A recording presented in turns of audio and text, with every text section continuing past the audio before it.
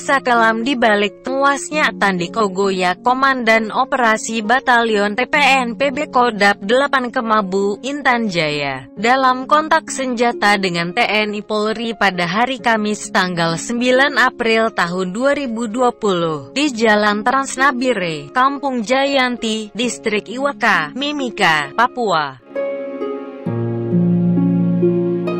Tandi Kogoya, 35 tahun, lahir di Kampung Kabusiga, Intan Jaya. Pada usia masih anak-anak, Tandi Kogoya diasuh oleh neneknya.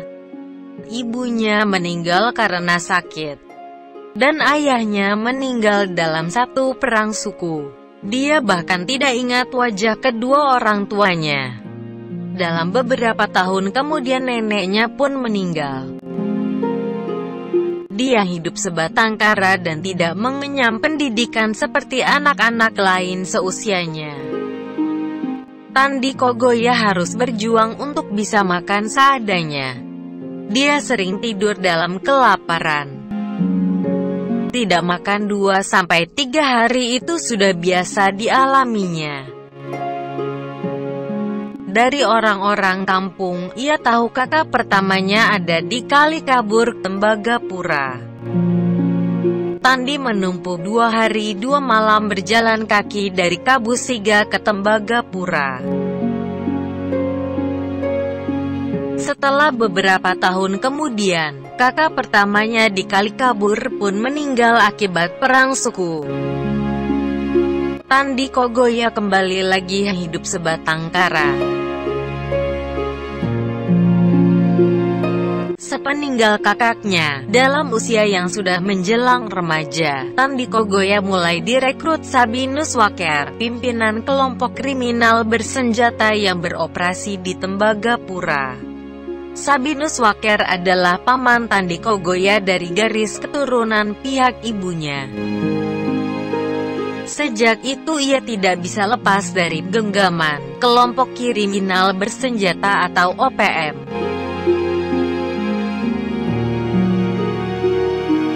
Tandi Kogoya sering berontak untuk keluar dari kelompok OPM, tetapi selalu gagal. Waker bersaudara akan meletakkan ujung senjata di kepala Tandi Kogoya setiap dia berusaha untuk melawan. Beberapa kali Tandi Kogoya memohon agar diizinkan untuk pulang ke kampungnya, ke Kabusiga, namun Waker bersaudara mengancam akan menyebar berita bahwa dia adalah mata-mata TNI Polri. Dengan cara itu maka Tandi Kogoya akan dihabisi kelompok kriminal bersenjata lainnya. Tandi Kogoya akhirnya hidup dalam lingkaran kehidupan sebagai anggota kelompok kriminal bersenjata. Walau dia sendiri sesungguhnya tidak mengetahui kaitan kelompoknya dengan organisasi Papua Merdeka. Dia sama sekali tidak dapat membaca dan menulis, walau dia bisa menghitung nilai uang. Akibat perbuatannya, Tandi Kogoya mendekam dalam penjara di lapas kelas 2B Timika selama 1,5 tahun. Di dalam penjara, Tandi Kogoya dikenal sebagai sosok yang baik dan loyal terhadap sesama narapidana serta kepada petugas lapas. Tandi Kogoya di dalam penjara banyak melakukan kegiatan-kegiatan sosial, belajar dan membina para narapidana untuk bertani serta melakukan kegiatan karya-karya kreativitas. Tandi pun meminta kepada Kepala Lapas M. Dolok Saribu agar diberi izin untuk mengelola lahan kosong di sekitar lapas untuk berkebun. Tandi seolah menemukan kasih sayang dari kepala lapas dan narapidana lainnya.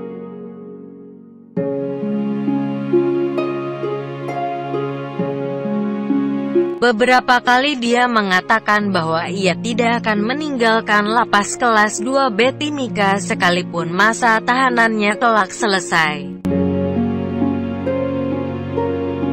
Saat sejumlah narapidana menggunting kawat penjagaan dan melarikan diri, Tandi tidak ikut lari. Suatu ketika anggota Satgas Memangkawi Mabes Polri, Kompol Awaludin Amin, datang berkunjung ke ruang kerja Kepala Lembaga Pemasyarakatan kelas 2B Timika.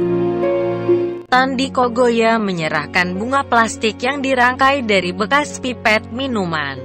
Kardus-kardus bekas makanan dikumpulkan Tandi, satu persatu dilipat disusun, hingga membentuk sebuah pot. Di atas pot itulah bunga-bunga plastik dirangkai dengan sangat indah.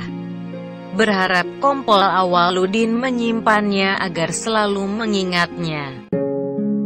Saat itu suasana menjadi haru. Tandi Kogoya memeluk Kompol Awaludin dengan eratnya. Tahun 2019, selesai masa tahanan, Tandi Kogoya tidak boleh tetap tinggal di lapas kelas 2B Timika seperti yang diharapkannya. Tandi tidak mampu untuk hidup mandiri, walau mempunyai kemampuan untuk berkebun tapi dia tidak punya lahan dan biaya. Tandi Kogoya lagi-lagi tidak mampu terlepas dari genggaman kelompok kriminal bersenjata dan pengaruh keluarga Waker. Tandi semakin berani dengan suntikan-suntikan motivasi yang membakar semangat perangnya tanpa tahu tujuan dari perbuatannya. Tandi Kogoya diketahui beberapa kali terlibat dalam penembakan terhadap anggota TNI Polri dan pembunuhan terhadap tukang ojek. Yang terakhir diketahui Tandi Kogoya ikut dalam penembakan di kantor PT Freeport yang menewaskan 1 orang warga Selandia Baru dan melukai 2 orang warga Indonesia. Akhirnya, Tandi Kogoya pun tewas dalam kontak senjata dengan TNI Polri yang melakukan penegakan hukum atas perbuatannya. Kebrutalan dan kesadisan Tandi Kogoya terhenti oleh timah panas TNI Polri. Itu adalah langkah terbaik untuk menghentikan perbuatannya.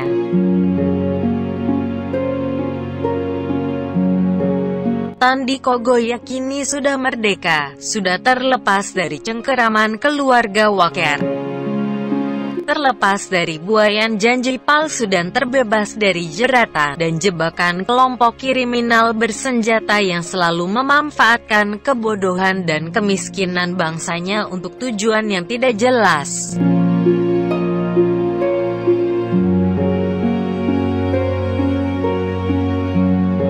Kisah ini dikutip dari cerita fakta tentang Tandi Kogoya selama menjalani hukuman di lapas kelas 2B Timika, baik yang diucapkannya sendiri maupun dari kesaksian narapidana lainnya. Semoga tidak ada lagi tandi-tandi lainnya yang menjadi korban dari doktrin para penjahat kriminal.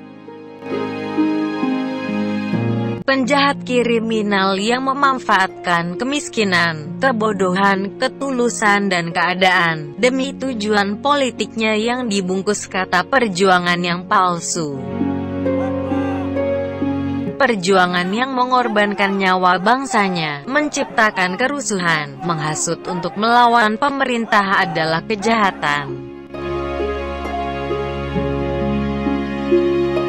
Saudara-saudaraku di Papua, mari bersama katakan tidak bagi kelompok kriminal bersenjata KKB. Jangan mau dihasut.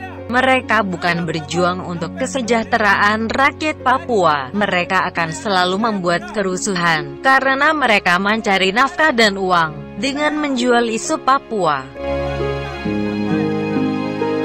Kita sekarang berjuang untuk hidup yang lebih baik, agar anak cucu kita esok dapat hidup setara dengan saudaranya di belahan bumi NKRI lainnya. Semakin lama kita membiarkan mereka membuat kerusuhan dan keributan, semakin lama waktu yang kita butuhkan untuk memperbaiki kehidupan di Papua. Mari, katakan tidak bagi KKB.